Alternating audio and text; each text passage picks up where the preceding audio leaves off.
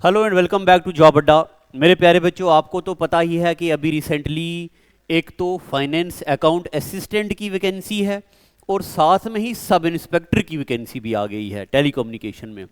इसके अलावा अभी वीएलडब्ल्यू और मल्टीपल वैकेंसीज आने वाली हैं।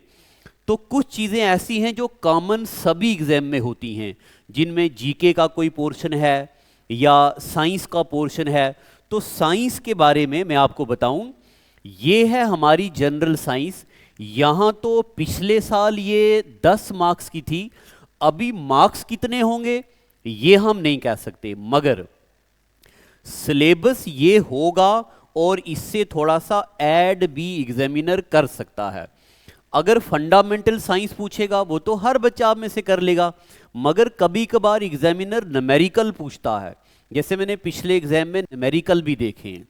और अगर आप ये सिलेबस देखो देखो इस सिलेबस में लाइट चैप्टर का कहीं पे नाम नहीं है, मगर आपने लाइट चैप्टर पढ़ना ही पढ़ना है, जिसमें पोलराइजेशन क्या होती है, डिस्पर्शन क्या होती है, इंटरफ्रेंस क्या होता है, ये सारी चीज़ें हम क्लास में पढ़ाते हैं। और आप में से जो भी बच्चा हमारा रिकॉर्डेड कोर्स लेगा यानी कि ऑनलाइन कोर्स लेगा, उसको ये सारी चीज़ें तो मिलेंगी ही विद एमसीक्यूज भी। फिजिक्स तो आपको मैं पढ़ाता हूँ, केमिस्ट्री, बायो और ईवीएस हमारे सिर्फ जॉब अड्डा के ही नहीं बल्कि इवन के जम्मू कश्मीर के best of the best teacher.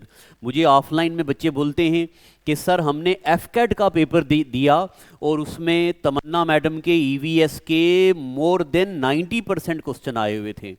English वाले बच्चे कहते हैं कि सर हमें इंग्लिश वाकया बड़ी बोरिंग लगती है, और मैं आपको अपना पर्सनल बताऊं, मुझे खुद इंग्लिश बड़ी बोरिंग लगती है। बट कभी कभार जब हमारे तमन्ना मैडम पढ़ाते हैं तो मैं सुनता हूं, बहुत मज़ा आता है, क्योंकि लेवल जब बहुत ज़बरदस्त होता है फिर पढ़ने में मज़ा आने लगता है। और मैं तो उस बंदे को टीचर मानता हूं जो पढ़ाई का इंटरेस्ट क्रिएट करवाए। पढ़ाने वाला बंदा टीचर नहीं है, पढ़ाने के लिए तो यूट्यूब में दुनिया भर की चीजें हैं। जो बंदा इतना इंटरेस्ट क्रिएट कर दे कि आपको रात को भी पढ़ने का मजा आए, सर्दी में भी गर्मी में भी, उस बंदे को टीचर मानते हैं। और उनमें से तमन्ना मैडम मेरे नजदीक best of the best teacher, EVS के और इंग्लिश के तो उससे अच्छे और साइंस के तो उससे अच्छे। तो अभी आपको मैडम इनमें से कोई एक टॉपिक पढ़ा देंगे, जिसमें मैडम आपको ये बताएंगे कि टॉपिक को बिल्कुल जीरो से कैसे पढ़ाया जाता है, अप लेवल तक कैसे ले जाया जाता है, और फिर आप प्रीवियस ईयर जो मर्जी क्वेश्चन उठाओ वो आपको यूं निकलने लगेगा। ठीक है, तो अभी आपको मैडम ये टॉपिक इसके आगे पढ़ाने लगेंगे। Thank you, God bless you.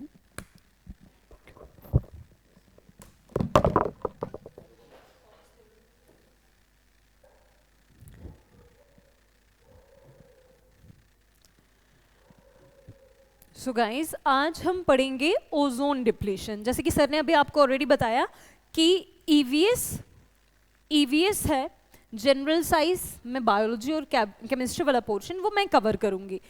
तो अभी हम ईवीएस का ही एक टॉपिक लेके चलेंगे जो फाइनेंस अकाउंट असिस्टेंट। तो क्या कोई भी आगे कोई भी कंपेटिटिव एग्जाम है ना, ये वाला टॉपिक स्किप हो ही नहीं सकता ओजोन डिप्लीशन का। वो हम शुरू करते हैं। देखिए, तो सबसे पहले हमारे पास अर्थ के इर्द गिर्द प्रेजेंट हैं एटमॉस्फेयर की डिफरेंट लेयर्स।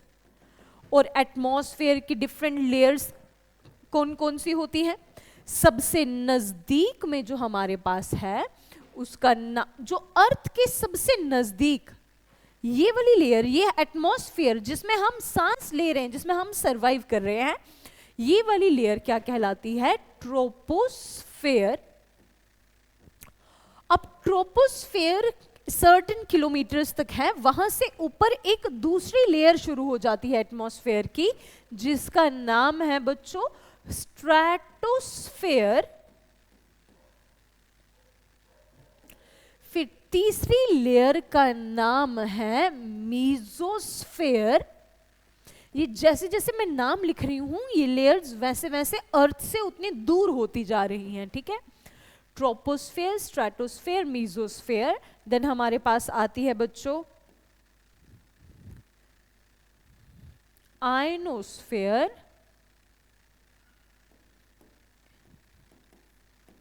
फिर थर्मोस्फेयर, और फिर जो लास्ट लेयर आती है, जो आउटर मोस्ट बिल्कुल एटमॉस्फेयर के बिल्कुल परे जो लेयर है, वो कौन सा आ गया? एक्सोस्फेयर। ट्रोपो, स्ट्राटो, मीजो, आयनो, थर्मो और एक्सो। अब ये आयनोस्फेयर जो होती है ये बनती है, फिर खत्म हो जाती है, फिर बनती है, फिर खत्म हो जाती है। तो कई सारी जगहों पर आपको ये नहीं भी देखने को मिलेगी, ये थर्मोस्फेयर के ही नीचे आयन से मिलके बनती है, ठीक है, चार्ज पार्टिकल से मिलके बनती है। Troposphere, stratosphere, meso, iono, thermo, exosphere. इन सारी लेयर्स को आप ऐसे याद रख सकते हैं बच्चों। Trust me in the exam. Trust से बन जाता है troposphere, ST stands for stratosphere, me is for meso, IN for ionosphere, THE for thermo and exam stands for exosphere. ठीक है, ये 6 लेयर्स आ गई। तो अर्थ के सबसे नजदीक कौन सी वाली? ट्रोपो, और ट्रोपो की जो नेक्स्ट लेयर आएगी वो कौन सी वाली लेयर कहलाएगी बच्चों? स्ट्राटोस्फेयर।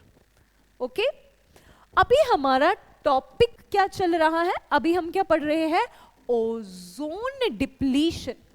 अब ये ओजोन डिप्लीशन तक, ओजोन खत्म हो इससे पहले, इस कॉन्सेप्ट पे पहुंचने से पहले हम पहले ओजोन तो समझ लें कि ये ओजोन लेयर है क्या, कहां पर प्रेजेंट है। ठीक है, तो हमारी जो सेकंड लेयर, अर्थ की सेकंड नियरेस्ट लेयर स्ट्रेटोस्फेयर, उसकी नीचे वाली लेयर में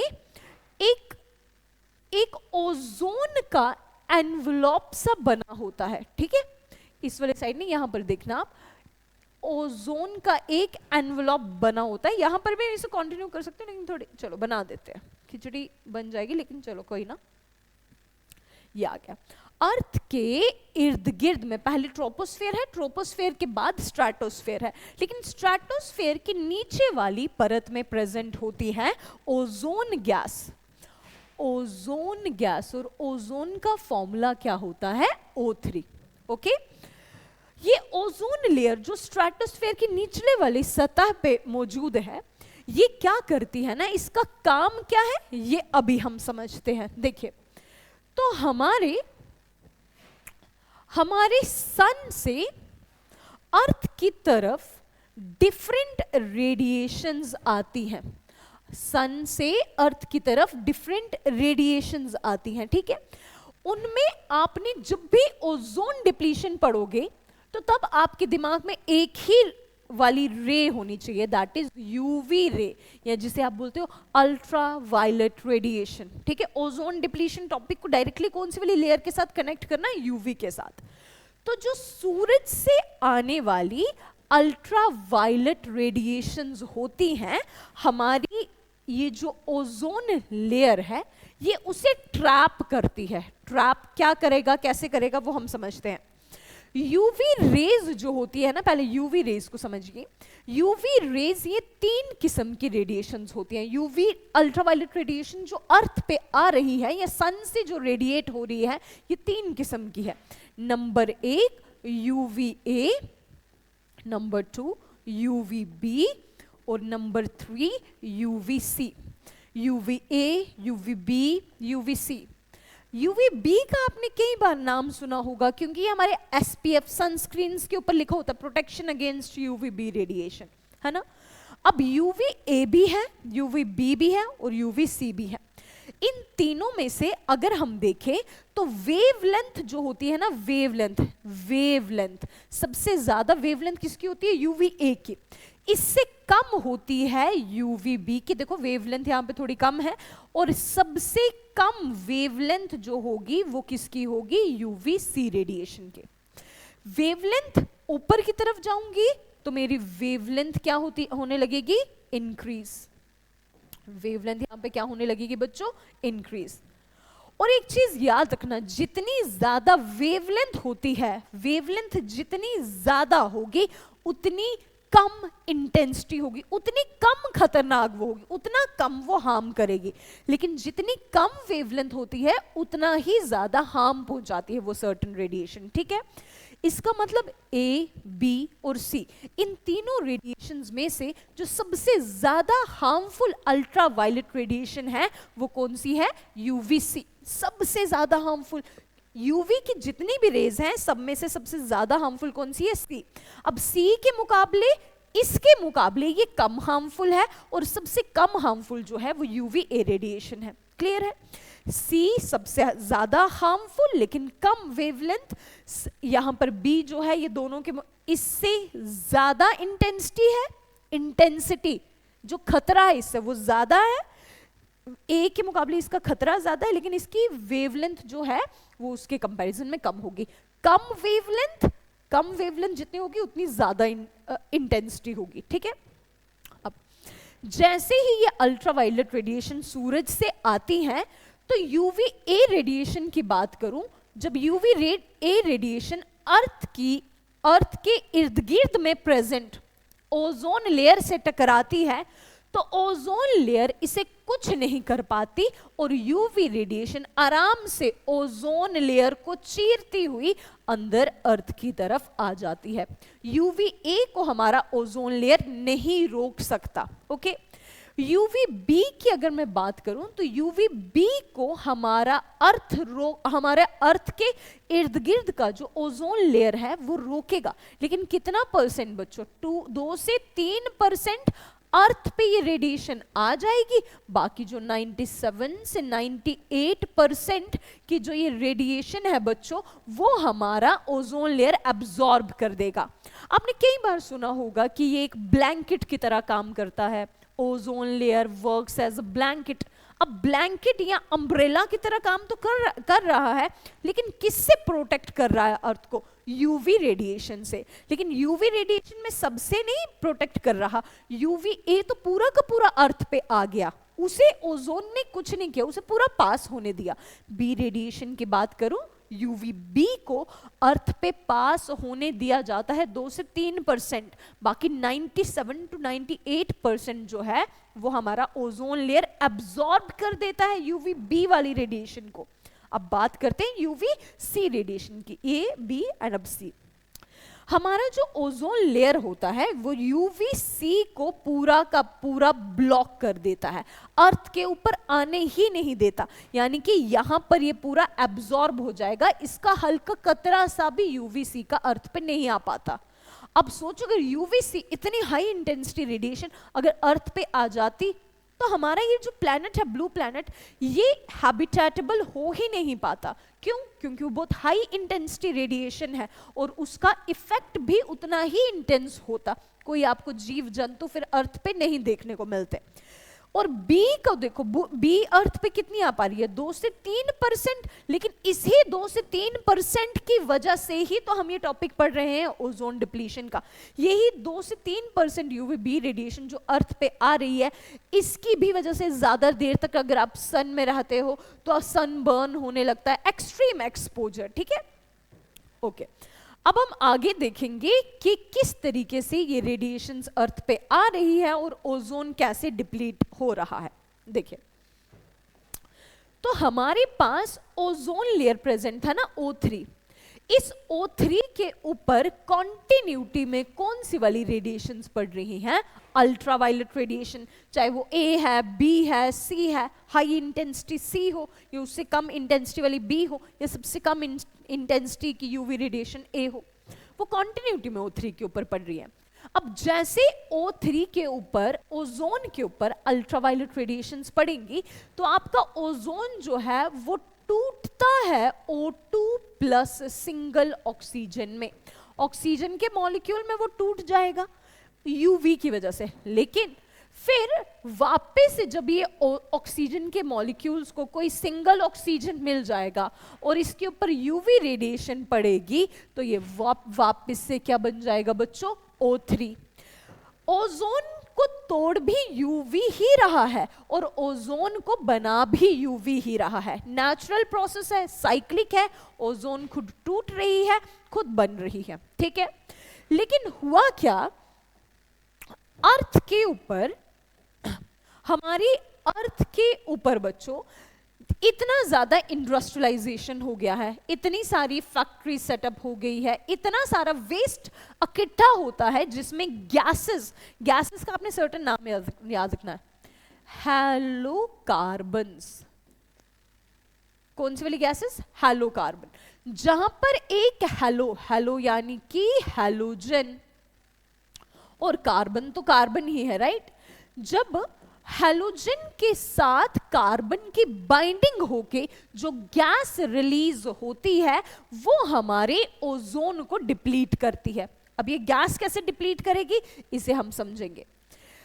हमारी अर्थ पे कई सारी, देखो एसी, रेफ्रिजरेटर, ठीक है, या बड़े बड़े कूलेंट्स, ठीक है, यहां से ये बड़ी बड़ी इंडस्ट्रीज की फ्यूम्स वहां से रिलीज होते हैं वहां से रिलीज होते हैं क्या? हैलोकार्बन्स। ये हैलोकार्बन्स पहले अर्थ से ऊपर जाएंगे, अर्थ से ऊपर जाके कहां पर टिकेंगे? ट्रोपोस्फेयर में।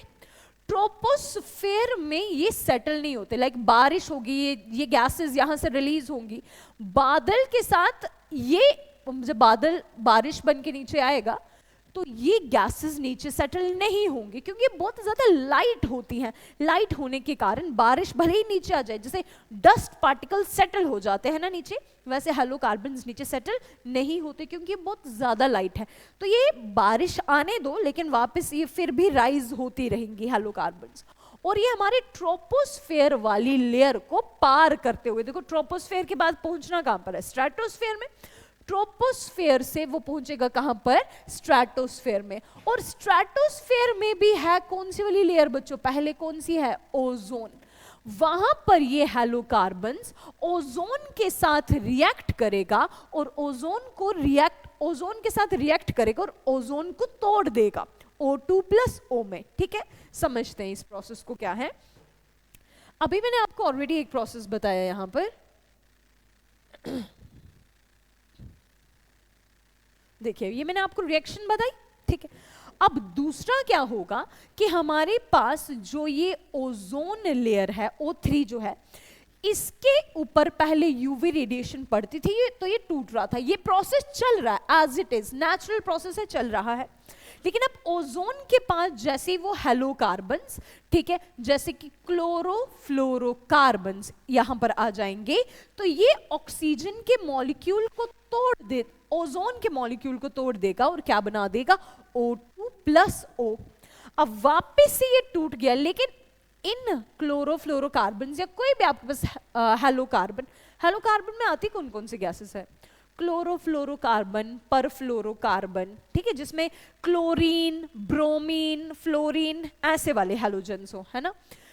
तो मान लो ये जो ओजोन डिप्लीटिंग सब्सटेंस, ओजोन को डिप्लीट करने वाले जो ये गैसेस हैं, ये जो सब्सटेंसेस हैं, जैसे कि क्लोरोफ्लोरोकार्बन, जैसे नंबर 1 ओजोन डिप्लीटिंग सब्सटेंस कहा जाता है, इनका काम सिर्फ तोड़ने का ही है। लेकिन यूवी को देखो, यूवी तोड़ भी रहा था और फिर जोड़ भी रहा था, साइक्लिक चल रहा था। इन्होंने ओजोन के तोड़ने की स्पीड को बढ़ा दिया है। क्यों? क्योंकि ऑलरेडी यूवी भी तोड़ेगा, ये भी तोड़ेंगे, और जितनी ज्यादा हैलोकार्बन्स हमारी ओजोनोस्फेयर में प्रेजेंट होंगी उतनी तेजी से ओजोन के मॉलिक्यूल को तोड़ेंगे, राइट।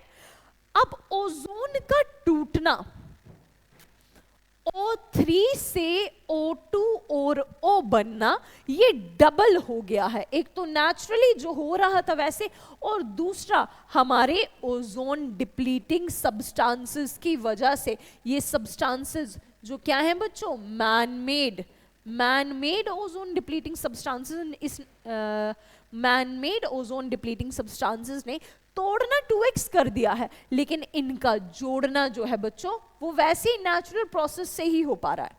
जाहिर सी बात है, जब ओजोन टूट ज्यादा तेज रेट से रही है, बन नॉर्मल रेट से ही रही है, तो ओजोन की कॉन्सेंट्रेशन कम होती जाएगी ना उस सर्टेन रीजन में। जैसे ये अगर हमारा अर्थ है, ठीक है, और ये अर्थ के इर्द गिर्द का ओजोन लेयर है।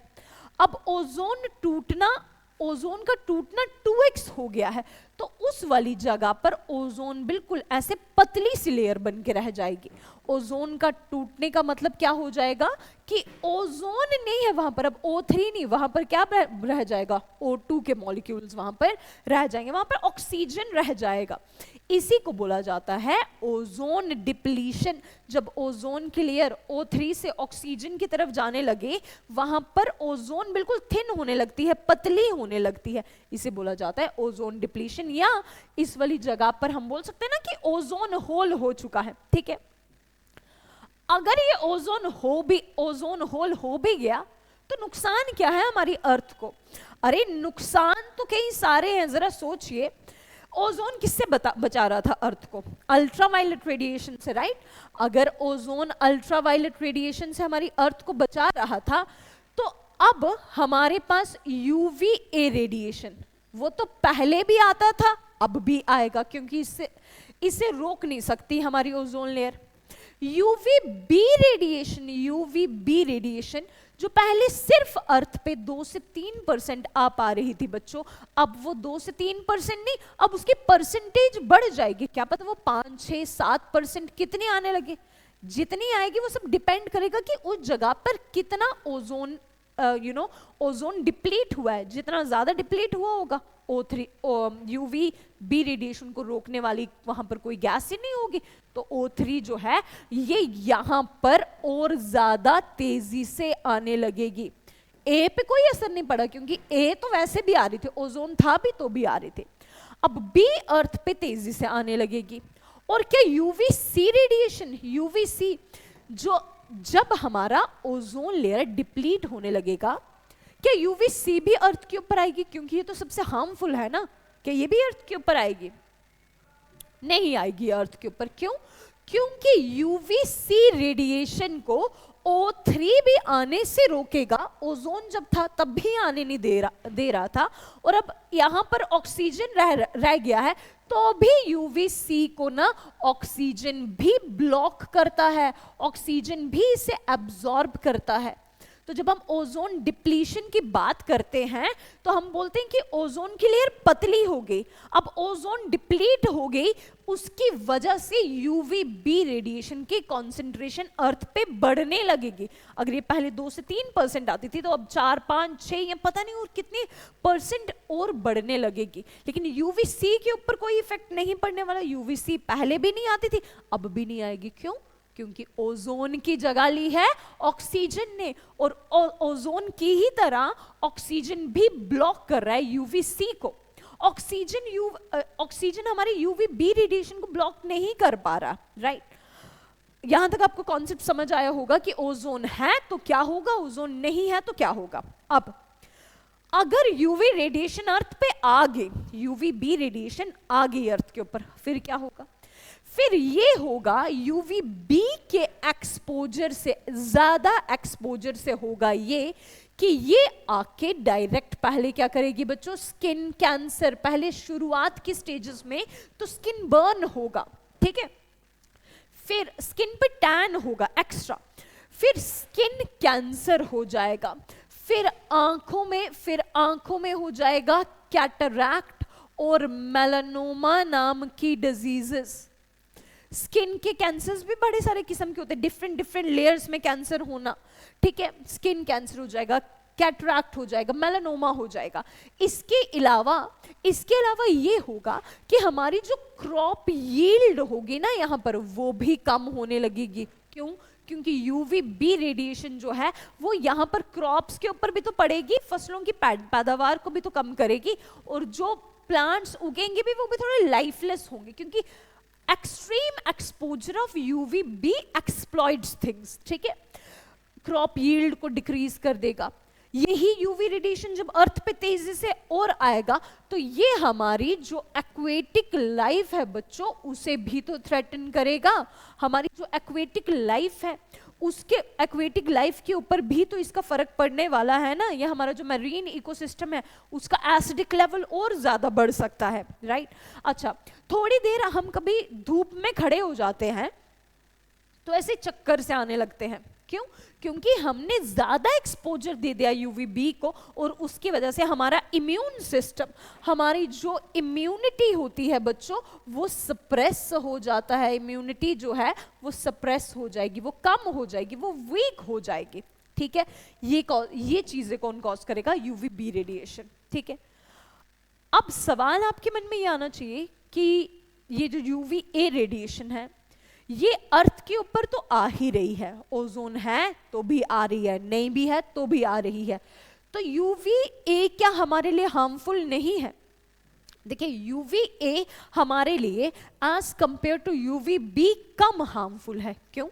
एक तो उसकी इंटेंसिटी कम है, ज्यादा वेवलेंथ होने की वजह से। देखो मैंने यहां पर आपको बताया वेवलेंथ के बारे में। हाँ, यूवीए की वेवलेंथ जो है वो सबसे ज्यादा है। ज्यादा वेवलेंथ का मतलब क्या होता है कि उसकी इंटेंसिटी कम है, मतलब वो आएगी तो वो एकदम से यूवीबी की तरह डैमेज नहीं दिखाएगी, ये भी डैमेज करवाएगी, लेकिन इसका जो डैमेज होगा ना वो डायरेक्टली स्किन के ऊपर नहीं होगा, वो स्किन के अंदर वाली लेयर्स के अंदर वाली लेयर्स में होगा। जैसे ये डीएनए के स्ट्रक्चर को डैमेज कर सकती है, हमारा जो जेनेटिक इंफॉर्मेशन है उसे ऑल्टर कर सकती है लॉन्ग टर्म एक्सपोजर से। ये नहीं कि 4 दिन धूप में बैठ लिए तो आपको लगे कि यूवीए ने आपको आपकी बॉडी के डीएनए या जेनेटिक इंफॉर्मेशन को अल्टर कर दिया, वैसा नहीं होगा। एक्सट्रीम लाइक सालों साल ज्यादा यूवीए का जब स्किन के अंदर जब ये एब्जॉर्प्शन होगा तब जाके ये अपना असर दिखाएगा यूवीए। अदरवाइज यूवीए का नॉर्मली कोई ज्यादा डेंजर नहीं है। खतरनाक तो सबसे कौन सी वाली है? यूवीबी। इसी के लिए तो सनस्क्रीन भी लगाए जाते हैं। इनफैक्ट डब्ल्यूएचओ तो ये कहता है कि जैसे खाना पानी इंपॉर्टेंट है वैसे ही हमारे लिए सनस्क्रीन लगाना भी इंपॉर्टेंट है। ठीक है, और यूवीसी, क्या यूवीसी अर्थ पे आती ही नहीं? बिल्कुल नहीं आती, ऑब्वियसली नहीं आती, क्योंकि ओजोन के साथ साथ ऑक्सीजन भी इसे एब्जॉर्ब कर रहा है ना। लेकिन यूवीसी से हमारा एक्सपोजर सिर्फ तब होगा बच्चों जब कोई सर्टेन लैब कंडीशंस के अंदर या लेजर्स के थ्रू ही आप तक ये यूवीसी रेडिएशन आ सकती है। जब गर्ल्स वो नेल एक्सटेंशंस कराती है तो अपने हाथ जिसमें डालती है वो नेल्स सुखाने के लिए, तो वो कुछ क्रीम अप्लाई किया जाता है, वहां पर भी यूवीसी से एक्सपोजर वहां पर हो सकता है। लेकिन ध्यान में ये रखना है सबसे खतरनाक सी है, लेकिन हमारे पॉइंट ऑफ व्यू से देखो तो सी खतरनाक नहीं है। क्यों? वो हम तक पहुंच ही नहीं रही। ठीक है, ऑक्सीजन भी, ओजोन है तो भी रुक रही है, ओजोन नहीं है ऑक्सीजन है तो भी वहां पर रोकी जा रही है। ठीक है, यहां तक आपको समझ आ गया?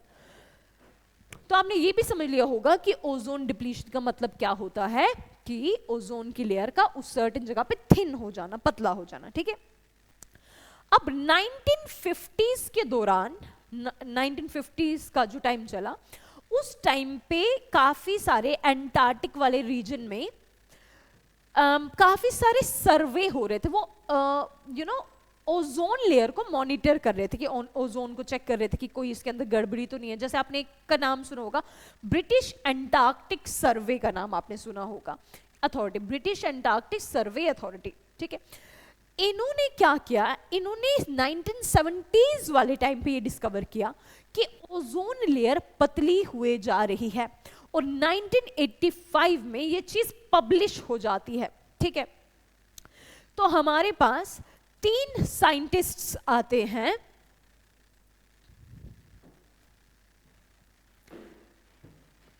ब्रिटिश अंटार्कटिक सर्वे अथॉरिटी ने हमें बताया पहली बार कि ओजोन लेयर कम हो रही है, और उन्हें पूरा कंक्रीट एविडेंस भी दिया कि ह्यूमन एक्टिविटीज, इंसान ही रिस्पॉन्सिबल है इसे खत्म करने के लिए, क्योंकि नेचुरली तो वो अपने आप को रिन्यू कर रहा है ना, वो साइकिल में चल रहा है, बन भी रहा है, टूट भी रहा है।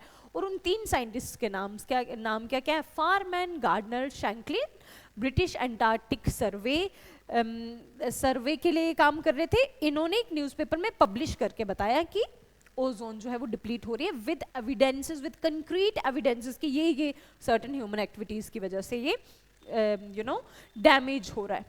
अब जब हमें पता लग गया कि ओजोन लेयर डिप्लीट हो रहा है, तो सबसे पहले हमने 1985 में एक कन्वेंशन लाई, जिसका नाम क्या है? Vienna convention. जिसका नाम क्या है? वियना कन्वेंशन, या जिसे हम कहते हैं फ्रेमवर्क कन्वेंशन, फ्रेमवर्क कन्वेंशन। तो जिसे आप वियना कन्वेंशन बोलो या फ्रेमवर्क कन्वेंशन बोलो, ये 1985 में आया एक ऐसा कन्वेंशन जिसका काम ये था, देखो पहली बार हमें प्रॉब्लम पता चली कि प्रॉब्लम क्या है। अब पहली ही मीटिंग में हम थोड़ी ना बता देंगे कि हाँ इस प्रॉब्लम को ऐसे ठीक करो, नहीं। इस मीटिंग में क्या हुआ, इस कन्वेंशन या इस ट्रीटी या इस प्रोटोकॉल में क्या हुआ कि इन्होंने कहा कि सबसे पहले आप लोग ऑब्जर्व करो। ऑब्जर्व क्या करो, ओजोन के अंदर चेंजेस को ऑब्जर्व करो और ज्यादा रिसर्च करो और फिर इंफॉर्मेशन दो और प्रोवाइड इंफॉर्मेशन। हमें इंफॉर्मेशन दो, 1 साल लगाओ 2 साल लगाओ, लेकिन हमें इंफॉर्मेशन दो कि भाई प्रॉब्लम क्या है। जब हम डॉक्टर के पास जाते हैं प्रॉब्लम लेके, अपनी बीमारी लेके, तो वो डायरेक्टली थोड़ी बोलता है ये दवाई खाओ, वो पहले बोलता है नहीं टेस्ट करो, फलाना टेस्ट करो, फलाना टेस्ट करो। तो वो भी तो पहले ऑब्जर्व करेगा ना, रिसर्च करेगा, उसके बाद बताएगा कि करना कैसे इसे ठीक है। 1985 का टाइम इंपॉर्टेंट है। फिर इसके 2 साल के बाद लाइक ईयर 1987 में आता है मॉन्ट्रियल प्रोटोकॉल। मॉन्ट्रियल प्रोटोकॉल, अब यहां पर यहां इस मीटिंग में जस्ट प्रॉब्लम बताई गई, ठीक है। अब यहां पर बताया जाएगा सॉल्यूशन कि करना कैसे इसे ठीक है। तो मॉन्ट्रियल प्रोटोकॉल जो है ये होता है बच्चों 16 सितंबर 1987 के दौरान, 16 सितंबर 1987 के दौरान ये होता है।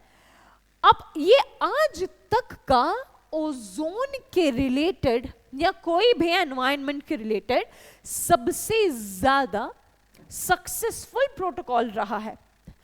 और इस वाले प्रोटोकॉल में बात की थी कि जितने भी क्लोरोफ्लोरोकार्बन्स हैं, जो भी क्लोरोफ्लोरोकार्बन, जहां पर भी जिस जगह पे आप क्लोरोफ्लोरोकार्बन का इस्तेमाल कर रहे हो, आप उसे इस्तेमाल नहीं करो। जैसे क्लोरोफ्लोरोकार्बन का इस्तेमाल रेफ्रिजरेटर में होता है, एयर कंडीशनर्स में, जो ये कूलिंग एजेंट्स होते हैं ना, यहां पर होता है, या फायर एक्सटिंग्विशर्स में इस्तेमाल होता है। बोला कि इन जगहों पर आप कुछ और ऑल्टरनेटिव ढूंढो, लेकिन नॉट क्लोरोफ्लोरोकार्बन, क्योंकि ये जितनी तेजी से ओजोन को ये डिप्लीट कर रही है, उतना ज्यादा और कोई सब्सटेंस रिस्पॉन्सिबल नहीं है, ठीक है।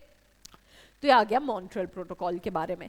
अब ये प्रोटोकॉल आज तक सबसे सक्सेसफुल प्रोटोकॉल रहा है ओजोन के लिए, इसीलिए 16 सितंबर जो इसकी मीटिंग वाली डेट थी, इसी को तो मनाया जाता है क्या बच्चों, ओजोन डे। बाद में जितने भी प्रोटोकॉल्स आए हैं आज तक, इनफैक्ट ओजोन के रिलेटेड जितने भी प्रोटोकॉल्स आते हैं वो इस वाले प्रोटोकॉल के अंदर ही एडिशंस होती है, लाइक अमेंडमेंट्स होती है कि मेन प्रोटोकॉल यही रहेगा, हाँ 2 गैसेस और जोड़ दो। तो वैसे वैसे जो भी ओजोन के रिलेटेड जो भी नए प्रोटोकॉल्स आते हैं वो अमेंडमेंट्स ही है मॉन्ट्रियल प्रोटोकॉल में। बाकी आप ये सुन लो कि 1992 वाला ईयर था, 1992 में इंडिया ने मॉन्ट्रियल प्रोटोकॉल में अपनी हामी भरी थी, लाइक साइन किया था। और 2009 में वर्ल्ड वाइड पूरा यूनिवर्सली इसे एक्सेप्ट कर दिया गया था, यूनिवर्सली रेटिफाई हो गया था, ये रेटिफाइड हो गया। तो मेन प्रोटोकॉल जो आपने ओजोन से याद रखने वो यही 2 है, वियना कन्वेंशन और मॉन्ट्रियल प्रोटोकॉल। इनफैक्ट हम भी रिस्पॉन्सिबल सिटीजन्स बनते हुए रिस्पॉन्सिबल अर्थ के ऊपर, ये इस अर्थ ने हमें कितना कुछ दिया हुआ है, तो क्यों नहीं रिस्पॉन्सिबल नागरिक होने के नाते हम भी अपनी तरफ से छोटे छोटे एफर्ट्स लें कि ओजोन डिप्लीट ना हो। जैसे हमें पता है कि हमारे फ्रिज में, हमारे एसी में, या कोई भी दूसरा कूलेंट है जो फ्यूम्स रिलीज कर रहा है, हमें पता है कि वहां पर कूलेंट का इस्तेमाल हुआ है, वो कोई ना कोई हेलो कार्बन वाला गैस होगा। फिलहाल तो अब ट्राई कर रहे हैं कि स्विच हो सके नेचुरल कूलेंट्स के ऊपर, लेकिन फिर भी अभी भी तो कितनी सारी चीज़ों में ऑलरेडी हाइड्रोक्लोरोफ्लोरोकार्बन्स का इस्तेमाल होता है, या हाइड्रोफ्लोरोकार्बन्स का इस्तेमाल होता है, ठीक है। तो उन हेलो कार्बन्स का जहां जहां पर इस्तेमाल होता है स्टूडेंट्स, हम ट्राई करें कि अपनी तरफ से जितना कम हो सके उन चीज़ों को यूज़ करें। जैसे बेवजह का फ्रिज को ओपन करके रखने का क्या फन बनता है, या ऐसे कमरे में एसी ऑन करके रखना जहाँ पर अब कोई बैठा ही नहीं है या ज़रूरत नहीं है, वो अगर हम भी थोड़े रिस्पॉन्सिबल सिटीजन बने तो हम भी अपनी तरफ से कंट्रीब्यूट कर सकते हैं अपनी नेचर को बचाने के लिए, क्योंकि नेचर ने ऑलरेडी अबंडेंस में दिया हुआ है, तो हम लोगों को एक छोटा सा एफर्ट भी उसको बचा सकता है, राइट। सो ये टॉपिक था हमारे पास ओजोन डिप्लीशन का। लेकिन इस टॉपिक को खत्म करने से पहले एक मेरा आपसे सवाल रहेगा, और सवाल ये है कि ये तो मैंने आपको बता दिया कि 16 सितंबर को मनाया जाता है ओजोन डे, राइट। आप मुझे ये बताएंगे कि इस साल की ओजोन डे की थीम क्या रही, ठीक है, ये आप मुझे बताएंगे, और यही है इस यूनिट से। बाकी आपको रिवाइज करना, और याद रखना कि किसी भी एग्जाम के लिए आपकी अप्रोच वन लाइनर अप्रोच होनी चाहिए, थियोरेटिकल अप्रोच नहीं रखनी है। आपके पास वो पॉइंट्स होने चाहिए, वो बुलेट पॉइंट्स होने चाहिए कि ओजोन डे कब मनाया जाता है, यूवी रेडिएशंस कौन कौन सी है, यूवी रेडिएशन विजिबल रेज है या इनविजिबल रेज, या इनविजिबल रेज होती हैं, ठीक है। और हेलो कार्बन जैसे डिप्लीट करते हैं, यूवी बी कौन सी वाली रेडिएशन पूरी अर्थ के ऊपर आ रही है, कौन सी वाली रेडिएशन नहीं आ रही है, ये सारे पॉइंट्स, ठीक है। तो सी यू नेक्स्ट टाइम।